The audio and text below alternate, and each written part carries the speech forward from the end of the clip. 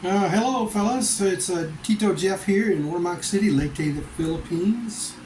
Today is Friday, and I want to talk to you about my banking problems here a little bit. Not a big deal, but I did need to make some changes.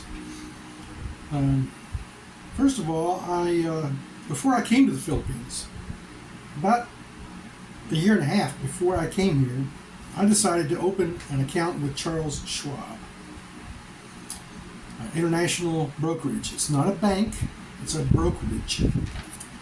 And they do international business, and looked online, looked at a lot of YouTube videos, and it seemed like it was the thing to do, probably the best way to go for an expat. And so I did that. And everything was fine. The ATM card worked just fine here in the Philippines. I could invest my money, I could move money around in accounts, no problem. And then, that was in April 2022, I came to the Philippines. And then they noticed that I told them before I came I was going to be staying here. And they noticed the activity on my ATM card and sent me an email. So, Mr. Withers, we've noticed you're living in the Philippines. You have to switch from a domestic account, which is what I had at the time. And I had planned to switch to an international account, but they required me now to switch to an international account or they would close my accounts. And that was not a good thing because I was about to get married and go on a honeymoon. I needed my ATM card to work. So I had to scramble a little bit because they were going to issue a new ATM card, and I got it just in time for my marriage and honeymoon. Everything was okay. And I could easily contact them on the phone and get help if I needed. Everything was great. And then October, they sent me a message saying, okay, you, after 30 days or 60 days, I can't remember, will no longer be able to deposit money to your accounts because you're living in the Philippines, and the Philippines is on a gray list. And I forget the organization that designated the Philippines on this gray list. There's a gray list and a black list for money laundering. So the Philippines has a little money laundering problem here, partly because they have offshore gambling that's here in the Philippines, and it's run, I think, by the Chinese mafia. And then other things. I don't know all the details. I'm not a banker. Haven't investigated it. But the Philippines, they talk about it in the news. They're trying to turn things around because it hurts their business opportunities. And at the same time, I was about to receive my first Social Security retirement check. I took early retirement, age 62. November 1 was my birthday, so I expected a check actually the first week of November. Online it says, if you're born on the first of the month, you'll get your check that first month, but you don't. So I didn't get a check until December 4th. Fortunately, it was deposited into my Schwab account, but I was still looking for another bank. And online, I had trouble finding a bank in America that would let me do this because we're going to have the same problem. And I couldn't, some of them that did allow it, I had to be in the States to open the account. I couldn't do it online. So I was getting frustrated, and so I just went to my local BDO bank, Banco de Oro, here in Ormoc City, and I opened a dollar savings account, and I got Social Security Administration in the embassy in Manila to change my direct deposit. They were very helpful, and that happened very quick. But I found out it was going to take 3 or 4, maybe 5, 6 weeks for the BDO to get it activated. So I was concerned that I would get my check on January 4th, but I did. January 4th, 2023, I got my first BDO direct deposit. Everything went okay. So now fast forward to 2024. I have applied for a visa for my wife. I think we're going to get that visa approved sometime in mid-2025 to move back to the United States with my wife, and I have a 1-year-old child. It's going to cost us about $20,000. And I won't go into the details about that. Maybe I'll make another video. But you got 3 airline tickets. We have to have a rental car and hotel for at least the first week while we're there in the States. I could stay with some family, but I kind of don't want to. And then apartment rents, deposits, furniture, lots of stuff. Settling in money. Got to buy a car, 2 cars. It's America. You got to have a car. And I've taught my wife to drive, so she'll need a car while I'm at work to be able to drive to the store and take care of the baby. So it's going to be expensive. I have savings. When I came to the Philippines, I had enough savings to, 1, buy or build a house. And I've done that. We bought a house, we renovated, we added on. And I've used up quite a bit of my savings. Every month, I've made a video about my budget. My budget's approximately $1,500 a month. We go over every month by about $200, $300 a month, at least. So I've been taking some of that out of my savings, and I've got enough savings that if I did that every week for the next 10, 15 years, I would be okay. I would drain my account, but I've got enough for that. But I don't want to do that. The purpose of that money really is for my future health concerns as I age. You have to pay cash here in the Philippines for medical care. And so I'm going to need that in the future. We may need that to hire someone to come in and help take care of me if I get 80, 85 years old and I need a little extra help around the house for me. Then we can have some money for a caretaker salary. So I don't want to use that up. And I won't say how much I have, but I've got enough. But if I keep using it, I won't. So my plan, here's my plan, P-L-A-N, and you know how plans go. My plan is to go to America this month, June 2024. End of the month, I've got a ticket for June 24th. Starlux Airlines, Cebu City to San Francisco, $516. I paid an extra $40 for the long leg of the flight to choose my seat. So $56. When I get to San Francisco, I'm going to buy a ticket to St. Louis. Or maybe the day before online, something like that, because I'll talk about that more in another video. How I figured out how to do this and save a little money. Then, if I go to America, and I have a friend in St. Louis where I can stay. I've stayed in his house before when I was in graduate school at the University of Missouri, St. Louis. I received a master's degree in chemistry from UMSL, we call it. UMSL, UMSL. Now, the room, I'm going to rent a room in his house for about $400 a month. Not about, it's exactly $400 a month. I have rent, groceries, and maybe a little healthcare expense. And I live close to a bus line there, 100 yards from the bus stop. And I can get to a train. I can get just about anywhere in town on the train and the bus. Maybe I need an Uber once in a while. So I'm not going to buy a car. I'm not going to have any gasoline expense. No repairs. No payments. So it's just food and lodging. And maybe a little pocket money. Maybe get a hamburger once in a while. But I'm going to work most of the time. Now, there are places where I can work within walking distance of that house. And hopefully that's what I get. And it'll be a good paying job, and I'll be able to make enough and probably work maybe at either a second job or overtime at the job that I get. And I should be able to save some money. So right now, a limit that I have, not a problem, a limitation. I took early retirement, unlimited, to $22,320 of income in the year 2024. It'll go up a little bit next year, but not much. And then the year that I turn 67, November of 2027, beginning in January of that year, I will be allowed to earn $56,000 a year. If I earn more than $22,320, Social Security will find out about it, first of all, and they're going to deduct $1 for every $2 that I go over. So if I earn $27,320, $5,000 over, then they would deduct $2,500 from my Social Security check the following year. I think starting in July they do it. And they take the whole check every month until it's paid off. So I don't want to do that.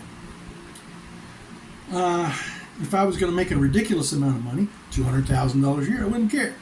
But I'm not going to make that much. Then I don't want to be gone too long either, because I have a 1-year-old son. I don't want to be away from him. I don't want to be away from my wife. I love them both very much. Very happy here with them. But if I go to St. Louis and work and live cheap, I can save about anywhere from $6,000 to $8,000 on my estimate. My plan, how plans are. So I can put that money in the bank, and that will include all of my flights to and from the Philippines, a little trip from St. Louis to Kentucky to go visit my brother and get home, and I should have that much money left over, which will go a long way towards helping us to move to America next year. And I have some other sources of income that will help us with that move. I'll have kind of a large income tax return this year because I won't go into the reasons, but this year, this is probably the last year that I have that. And some we're going to sell our car. We have 2 automobiles. We'll sell those before we go back to America, and that'll be some money in our pocket. And I'll have to use my savings a little bit, probably. So, now the problem, back to the banking problem. The banking problem is that if I leave here and there's no one who can withdraw my Social Security deposit from the BDO, my wife is not authorized to withdraw money from the BDO. Now, I started looking into this several months ago when I first came up with this idea. Went to the bank. My friend is the manager there. I said, "Hey, can we just let Maricel withdraw my money?" She said, "Oh yeah, we'll just fill out the deposit slips, have you sign them, and then she can just come in and withdraw the money." And then it progressed to, "Well, we're really not allowed to do that. She'll have to come to me and I'll do it." And then it progressed to, "Well, I don't know if we can do that or not. I'll have to check on it." And I told her, "So I need to know in a day." Well, she never got back to me. So I'm not going to take a chance. So what I have done, I have changed my direct deposit from BDO to a Navy Federal Credit Union account, which I opened last year so that I could receive a refund from the IRS last year. Couldn't have it deposited to my Schwab account. No. They won't let me do that. So I opened a Navy Federal Credit Union account. And you have to be prior military to have an account there, supposedly, air quotes. And I have a DD-214. I served in the military, but they don't check. They just ask you online, "Did you serve, or has any of your family members served in the military?" Check it off, and they'll open the account. They didn't ask me for any proof. So I have that account. And I still have money in there from my previous year IRS refund, which was quite large.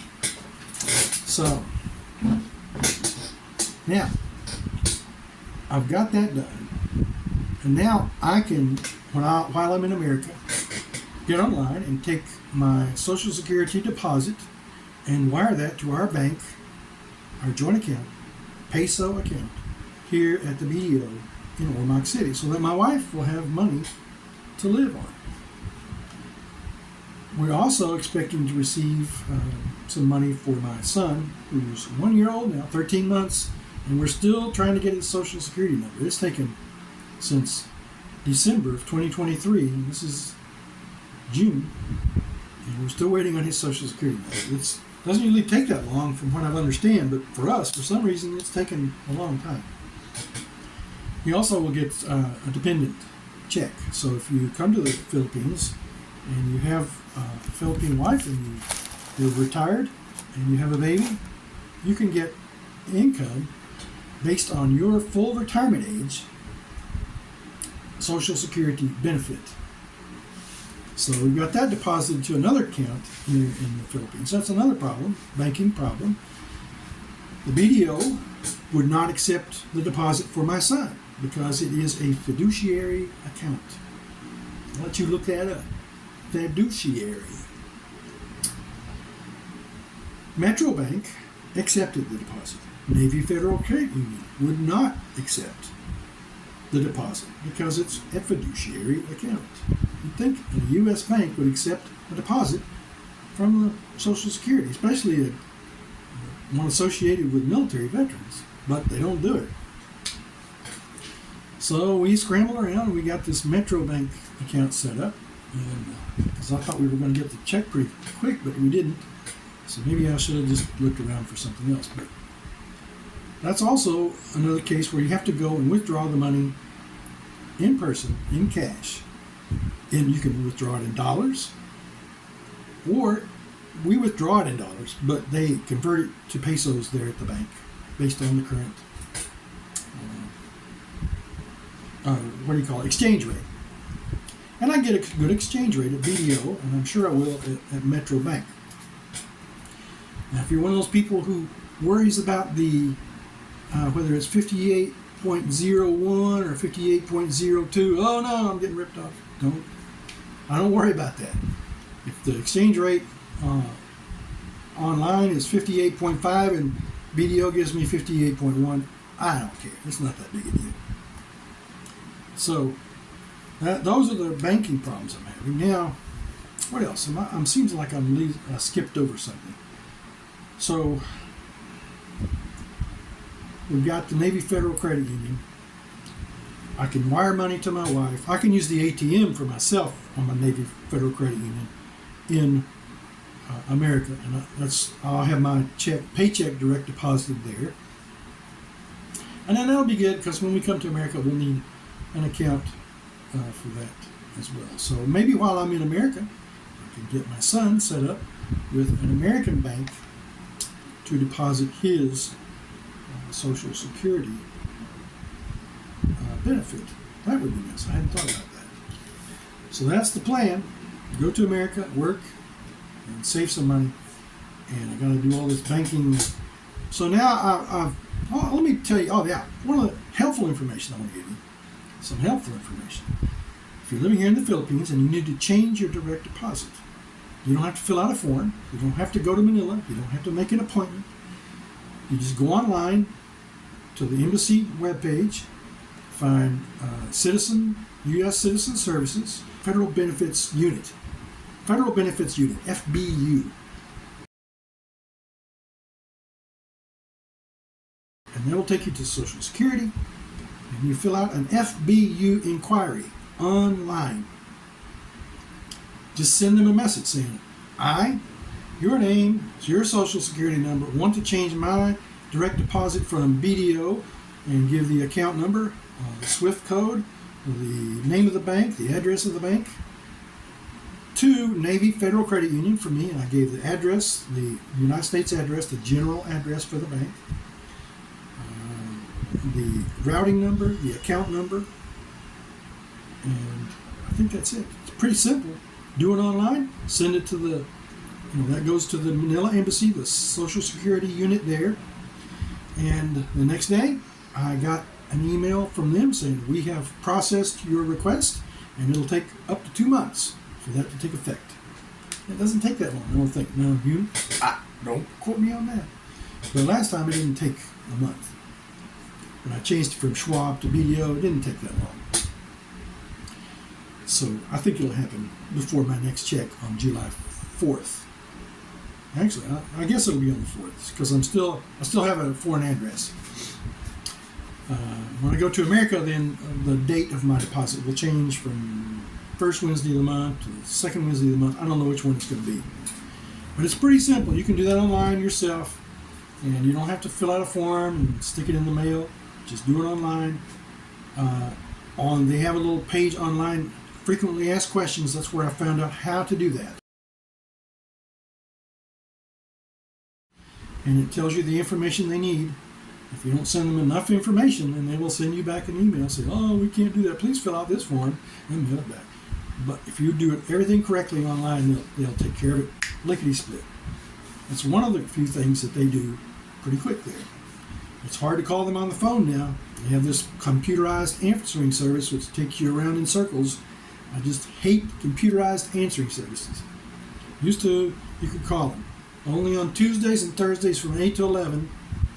And it's hard to get through sometimes, but you could call them. Now it's almost impossible to call, I think. Maybe some of you guys have different experience recently, but that's the way it is for me.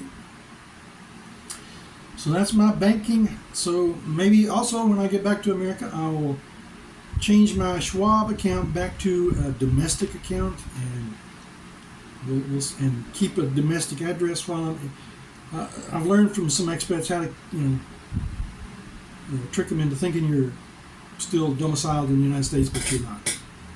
So we'll do that. I'll let you know more about that and how I work that out. So I hope this helps you and let you know about some of my problems here. Don't forget to like and subscribe. I really need your subscriptions, and leave some comments if you have questions, comments, or snide remarks. Thank you.